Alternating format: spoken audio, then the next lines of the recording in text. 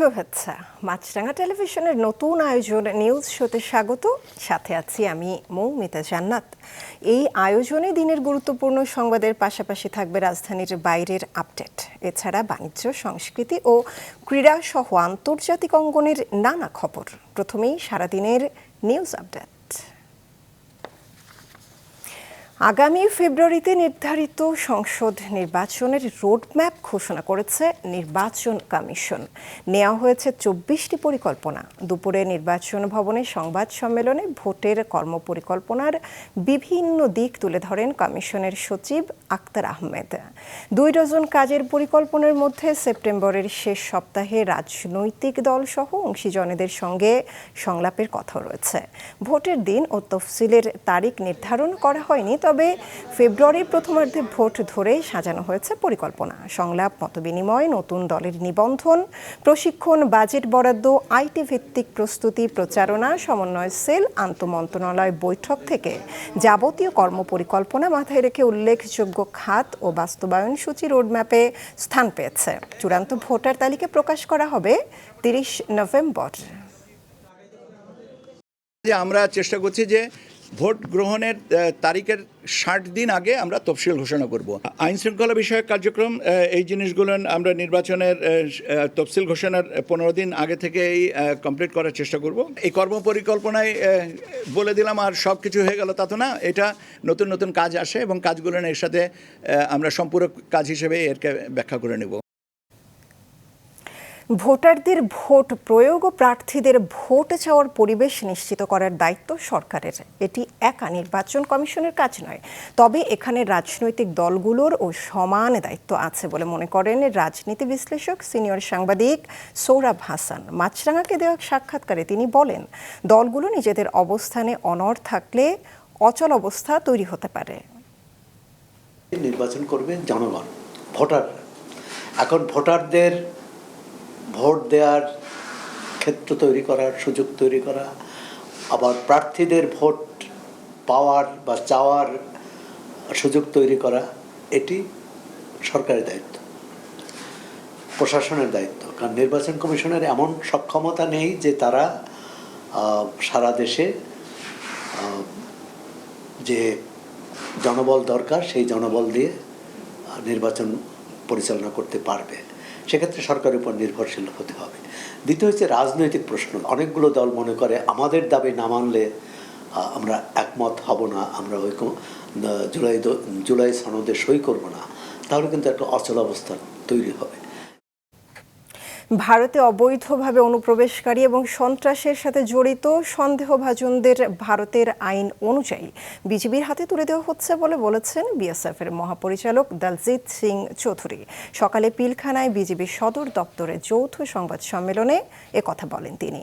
Border guard Bangladesh BGB ও ভারতের border security force বিএসএফের মধ্যে মহাপরিচালক পর্যায়ে ২৫ থেকে ২৮ তারিখ পর্যন্ত চলে ৫৬তম সীমান্ত সম্মেলন। সম্মেলন শেষে আনুষ্ঠানিক বৈঠক সম্পর্কে সাংবাদিকদের মুখোমুখি হয় দুই পক্ষ। সীমান্তে হত্যা, বিজিবির মারণাস্ত্র ব্যবহারের বিষয়ে বিএসএফের পরিচালক বলেন, দেশের জন্য হুমকি কারণ এবং আত্মরক্ষায় বাধ্য হয়ে গুলি চালানো হয়ে থাকে। তবে এর বিরোধিতা করে বিজিবির মহাপরিচালক মেজর জেনারেল মোহাম্মদ আশরাফুজ্জামান সিদ্দিকীর উল্টো প্রশ্ন করেন, নিরস্ত্র মানুষ এবং শিশু কিভাবে সীমান্তে হুমকির কারণ হতে পারে। আলোচনার মাধ্যমে এসব বিষয় সমাধান করতে একমত হয়েছে দুই পক্ষ। বর্তমান পরিবর্তিত অবস্থায় দুই দেশের মধ্যে চলমান অস্থিরতা নিরসনে উচ্চ পর্যায়ে আলোচনা চলছে বলে জানানো হয়। এছাড়াও মাদক অস্ত্র চোরাচালান রোধ, সীমান্ত নদীর তীর সংরক্ষণ, যৌথ নদীর পানির ন্যায্য হিস্সা আদায় সহ বিভিন্ন আলোচনা হয়েছে। 35 BSF personnel were grievously injured in the first 6 months of this year alone. BSF personnel fires only and only as a last resort in the face of imminent threat to his life in self-defense, irrespective of the nationality.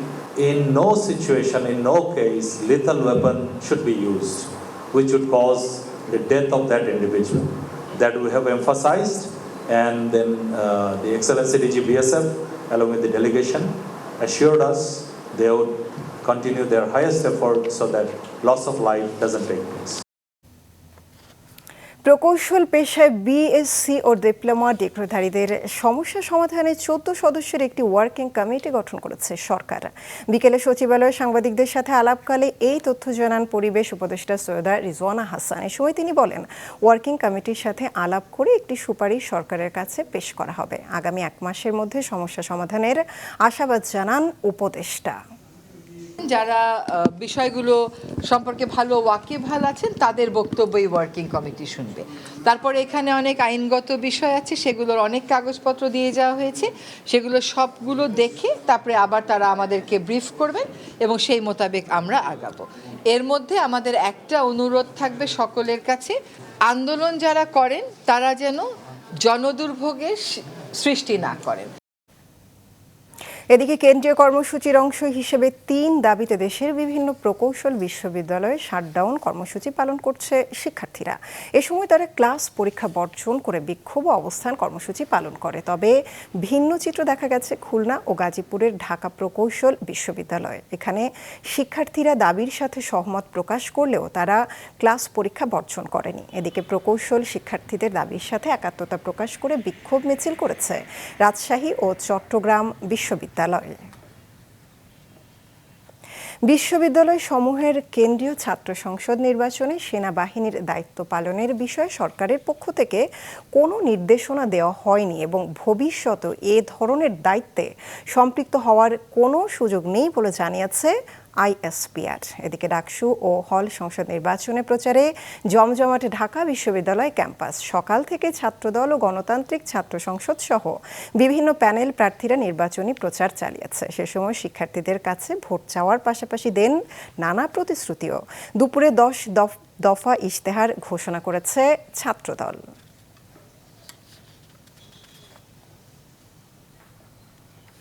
এদিকে আগামী 12 October অনুষ্ঠিত হবে চট্টগ্রাম বিশ্ববিদ্যালয় কেন্দ্রীয় ছাত্র সংসদ, চাকসু এবং হল সংসদ নির্বাচন। বিকেলে বিশ্ববিদ্যালয়ের সমাজ বিজ্ঞান অনুষদ অডিটোরিয়ামে নির্বাচনের তফসিল ঘোষণা করেন নির্বাচনের প্রধান নির্বাচন কমিশনার প্রফেসর ডক্টর মনির উদ্দিন। অন্যদিকে রাজশাহী বিশ্ববিদ্যালয় কেন্দ্রীয় ছাত্র সংসদ, হল সংসদ ও সিনেট ছাত্র প্রতিনিধি নির্বাচনের ইচ্ছুক প্রার্থীদের বিশ্ববিদ্যালয় মেডিকেল সেন্টার থেকে ডোপ টেস্টের রিপোর্ট সংগ্রহ করে মনোনয়নপত্রের সঙ্গে যুক্ত করার নির্দেশ দেওয়া হয়েছে, যা আজ থেকে শুরু হচ্ছে।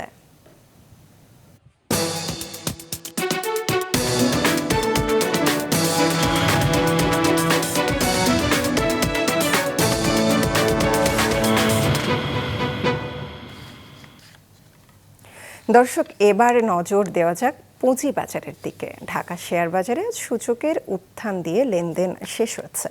সার্বিক সূচক ডিএসইএক্স 74 পয়েন্ট বেড়ে দাঁড়িয়েছে ৫,৫17-তে। বেচা কেনা হয়েছে 1,132 কোটি টাকার। লেনদেনে অংশ নেওয়া প্রতিষ্ঠানগুলোর মধ্যে দাম বেড়েছে 228টি শেয়ারের, কমেছে 86টি, আর অপরিবর্তিত আছে 31টি শেয়ারের দর। দীর্ঘদিন ধরে একই জায়গায় আটকে আছে চামড়া খাতের রপ্তানি আয়। ট্যানারি মালিকরা বলছেন, শোভন কর্মপরিবেশের অভাব, সিইটিপি পুরোপুরি প্রস্তুত না হওয়া ও এলডিজি সনদ না থাকায় সংকুচিত হচ্ছে তাদের ব্যবসা। আর চামড়াজাত পণ্যের রপ্তানিকারকরা বলছেন, শুধু সিইটিপি কিংবা এলডব্লিউজি নয়, বরং ট্যানারি মালিকদের দুর্বল বিপণন ব্যবস্থার কারণে চীনা ক্রেতাদের কাছে আটকে আছে তাদের ব্যবসা। তৈরি পোশাক শিল্পের পর দেশের দ্বিতীয় শীর্ষ রপ্তানি খাত চামড়া ও চামড়াজাত পণ্য। হিসেব বলছে, চলতি অর্থ বছরের প্রথম মাসে দেশে এ খাত থেকে রপ্তানি আয় এসেছে 12 কোটি 74 লাখ ডলার, যেখানে তার আগের অর্থ বছরে এসেছিল 9 কোটি 8 লাখ ডলার। সেই হিসেবে বছরের ব্যবধানে এই খাত থেকে আয় বেড়েছে 29.5% বেশি। অর্থবছরের প্রথম মাসে আয় বাড়লেও বিগত কয়েক বছর ধরেই এ খাতের বার্ষিক রপ্তানি আয় ঘুরপাক খাচ্ছে একই জায়গায়। বাংলাদেশ রপ্তানি উন্নয়ন ব্যুরোর তথ্য মতে 2016-17 অর্থবছরের পর থেকেই ধারাবাহিকভাবে কমতে থাকে এ খাতের আয়। সেই অর্থবছর আয় এসেছিল 123 কোটি ডলার। তার পরের অর্থবছরে যা নেমে আসে 108 কোটি ডলারে, 2018-19-এ 101 কোটি, করোনার সময় যা নেমে আসে 79 কোটি ডলারে। তারপর 2021-22-এ কিছুটা ঘুরে দাঁড়ানোর সুবাদে চামড়া খাত থেকে রপ্তানি আয় আসে 124 কোটি ডলার। তবে সবশেষ 3 অর্থবছরে তেমন একটা অগ্রগতি হয়নি এ খাতে। আয় আটকে আছে মোটামুটি একই জায়গায়। 2017 সালের শিফটিংয়ের পরে আসলে যেভাবে চামড়া শিল্পনগরী প্রস্তুত হওয়ার কথা ছিল, বিশেষ করে সিইটিপি বা কঠিন বর্জ্য ব্যবস্থাপনা অসম্পূর্ণ থাকার কারণে ম্যাক্সিমাম ট্যানারি কিন্তু এখন চামড়া শিল্পনগরীতে প্রায় বন্ধের কাছাকাছি। বিশেষ করে পরিবেশের যে মানদণ্ড সেটা কিন্তু মিট করতে পারতেছে না সিটিবি বা বর্জ্য ব্যবস্থাপনা, যার কারণে ট্যানারিগুলা তার লক্ষ্যমাত্রা অর্জন করা সম্ভব হচ্ছে না। তথ্য বলছে সবশেষ 2024-25 অর্থ বছরে চামড়া ও চামড়াজাত পণ্য খাত থেকে যে $114 কোটি রপ্তানি আয় এসেছে, তার মধ্যে চামড়ার জুতা রপ্তানি থেকে এসেছে $67 কোটি, যা কিনা আগের অর্থ বছরের তুলনায় 23.5% মতো বেশি। আর চামড়াজাত পণ্যের রপ্তানি হয়েছে $34 কোটি, যদিও এই আয় তার আগের অর্থ বছরের তুলনায় 2.2% মতো কম।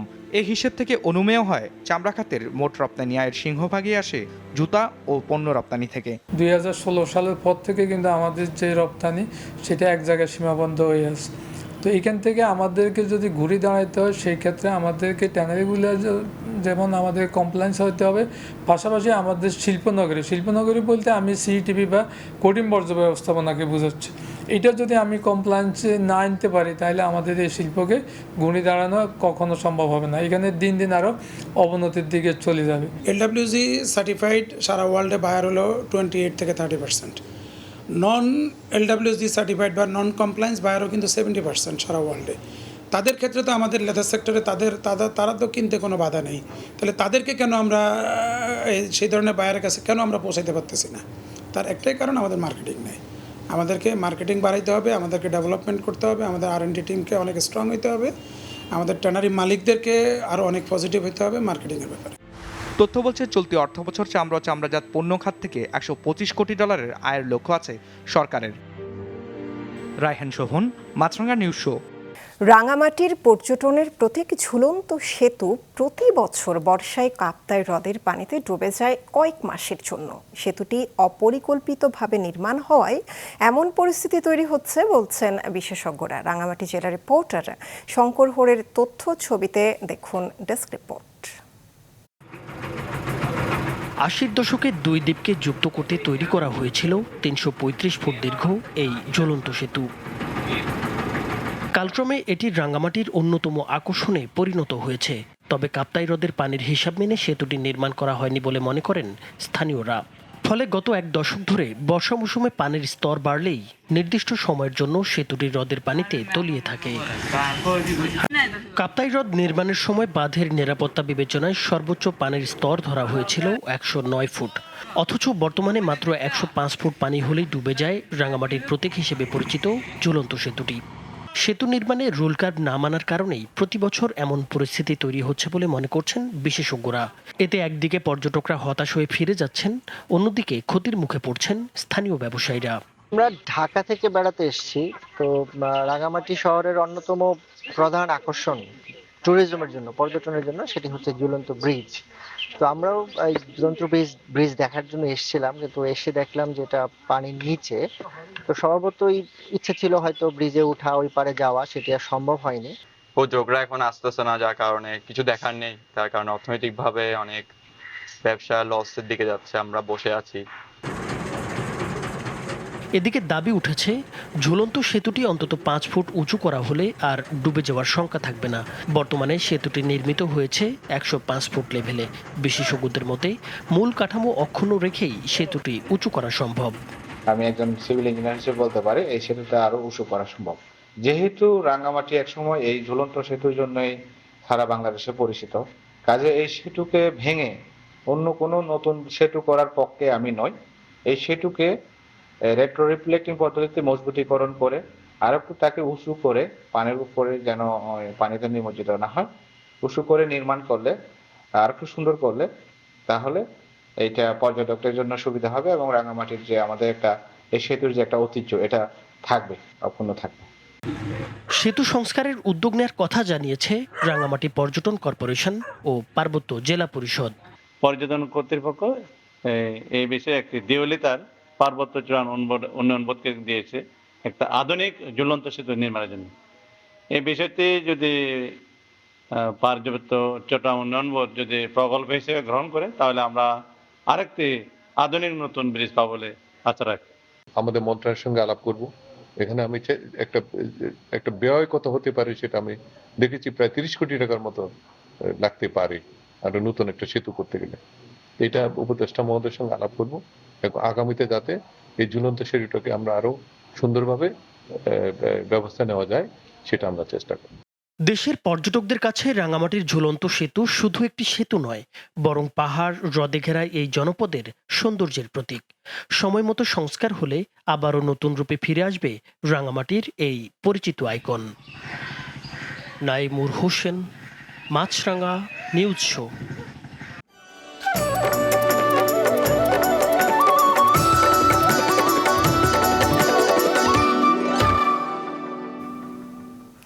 জাতীয় কবি কাজী নজরুল ইসলামের জীবনের গুরুত্বপূর্ণ অধ্যায় রচিত হয়েছিল কুমিল্লায়। সৃষ্টিকর্মের মাধ্যমে কুমিল্লাবাসীর কাছে তিনি আজও কুমিল্লারই একজন।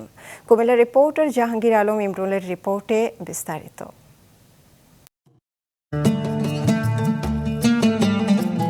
1921 থেকে 1924 5 দফায় প্রায় 11 মাস কুমিল্লায় ছিলেন কবি নজরুল। এখানেই তার প্রেম, বিয়ে, সঙ্গীত চর্চা আর সাহিত্য সৃষ্টির গুরুত্বপূর্ণ অধ্যায় রচিত হয়। কুমিল্লায় অবস্থানকালে নজরুল হয়ে উঠেছিলেন দ্রোহ ও প্রেমের কবি। নজরুলের প্রেম, বিয়ে, সাহিত্য চর্চা সবকিছুর সাথে যোগ ছিল কুমিল্লার। তাকে জানা, তার চিন্তা, তার দর্শন, তার মানসিকতা, তার যে শক্তি, তার যে প্রণোদনা, তার যে গান আমাদেরকে উদ্দীপিত করে, আমাদেরকে রাস্তা দেখায়, দৃষ্টিভঙ্গি পাল্টায়। সুতরাং নতুন দৃষ্টির জন্য নজরুল আমাদের প্রয়োজন। মুরাদনগরের নার্গিস আশার খানম ও শহরের প্রমিলা, এই দুই নারী এসেছিলেন কবির জীবনে জীবন সঙ্গী হয়ে। বিশেষ করে দৌলতপুর অধ্যায় কবি জীবনের বেশ গুরুত্ব বহন করে। সবসময় নজরুলকে নিয়ে আমরা চর্চা করি এবং নজরুলকে জানার জন্য নজরুল ইনস্টিটিউটে আমরা আসি। শব্দ চয়ন এবং তিনি যে লিখে গেছেন এটা আমাদের বর্তমান প্রজন্ম যদি ধারণ করে, আমি আশা করি একজন ভালো মানুষ হতে পারবে, নজরুলকে জানতে পারবে, বাংলা সাহিত্যকে জানতে পারবে। আমি গর্বিত যে কুমিল্লাতে উনি এসেছিলেন। আসলে এই প্রজন্মকে অনেক কিছুই জানাতে হবে আমাদের, যে 1921 সালে উনি প্রথম কুমিল্লাতে আসেন। সরকারের কাছে আমি অনুরোধ জানাবো স্মৃতিগুলাকে সংরক্ষণ করার জন্য জোরালো আবেদন জানাচ্ছি আমি দৌলতপুরের পক্ষ থেকে এবং নার্গিসের ফ্যামিলির পক্ষ থেকে।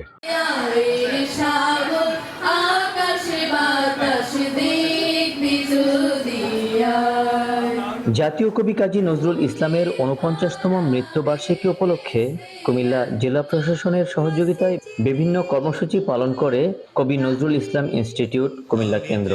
আবৃত্তি, হামদ, নাথ ও দোয়া মাহফিল অনুষ্ঠিত হয়। 23 বছরে আমাদের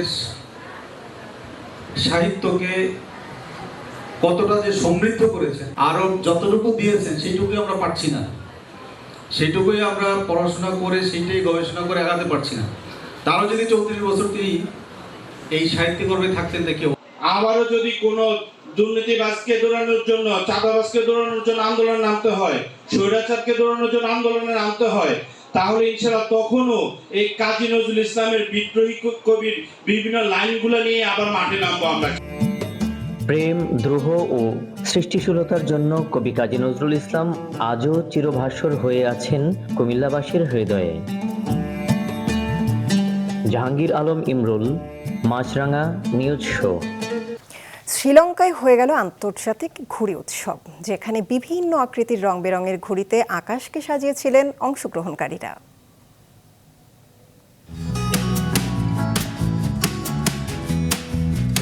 শ্রীলঙ্কার রাজধানী কলম্বোর সমুদ্র তীরবর্তী এলাকা গলফেস গ্রিন রোববার বিকেলে এর আকাশটা হয়ে উঠেছিল এক রঙিন ক্যানভাস।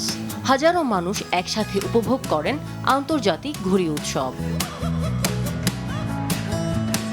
শত শত বৈচিত্র্যময় ঘুড়ি, আকাশটাকে কে কতটা সুন্দর করে সাজাতে পারে যেন সেই প্রতিযোগিতায় মাতেন সবাই। আন্তর্জাতিক এই উৎসবে বিশ্বের নানা দেশ থেকে লঙ্কা দ্বীপে এসেছেন ঘুড়ি প্রেমীরা। শ্রীলঙ্কা ছাড়াও আরও 25টি দেশের 55 জন অংশ নেন এতে। আর তাই কলম্বোর এই আকাশে মিলেছে ভিন্ন ভিন্ন সংস্কৃতির রং। অস্ট্রেলিয়ার পার্থ থেকে এসেছেন মাইকেল ভ্যাস। এই প্রথম আমি কলম্বো ইন্টারন্যাশনাল কাইট ফেস্টিভ্যালে এলাম। 24টা দেশে গিয়েছি আগে, কলম্বো আমার 25তম। এখানে আতিথেয়তা সত্যি অসাধারণ লাগছে। রং বেরঙের বিশাল ঘুড়ি, কারোটা সাপের মতো, কারোটা পাখি, কারোটা আবার হাসির ইমোজি। আবার কারো ঘুড়িতে ড্রাগনের প্রতিকৃতি। শিশুদের মনে সবসময়ই আনন্দ যোগায় এই ঘুড়ি, আর বড়দের করে তোলে নস্টালজিক। সে কারণেই এই ঘুড়ি উৎসব এত জনপ্রিয় সবার কাছে। আমিনা লুসি, মাছরাঙা, নিউজ শো। বল নিয়ে নানা রকম কসরত দেখানোর খেলার নাম ফ্রি স্টাইল ফুটবল। লন্ডনে চলছে এর বিশ্ব চ্যাম্পিয়নশিপ।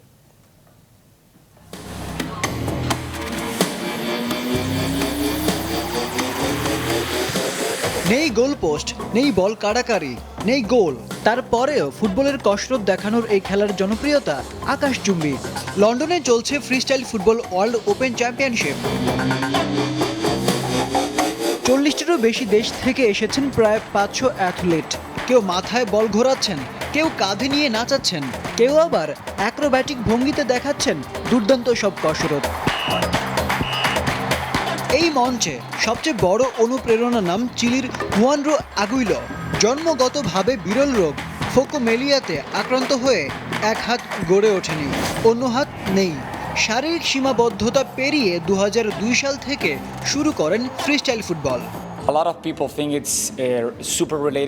অনেকেই ভাবে ফ্রিস্টাইল মানে ফুটবলের মতো কিছু, আসলে এটা শিল্পের মতো।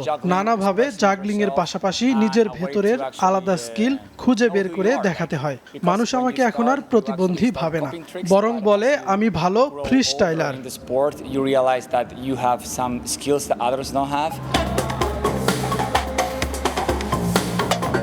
জাপানের 17 বছরের সোরা সুজুকির কাছে ফ্রিস্টাইল ফুটবল মানে সৃজনশীলতা, অ্যাক্রোব্যাটিক ট্রিক্সে দক্ষ তিনি। আমি অ্যাক্রোবেটিক্স পছন্দ করি। বল নিয়ে অ্যাক্রোবেটিক ট্রিক্স দেখানোটা অনেক কঠিন, তবে এর আলাদা মজাও আছে।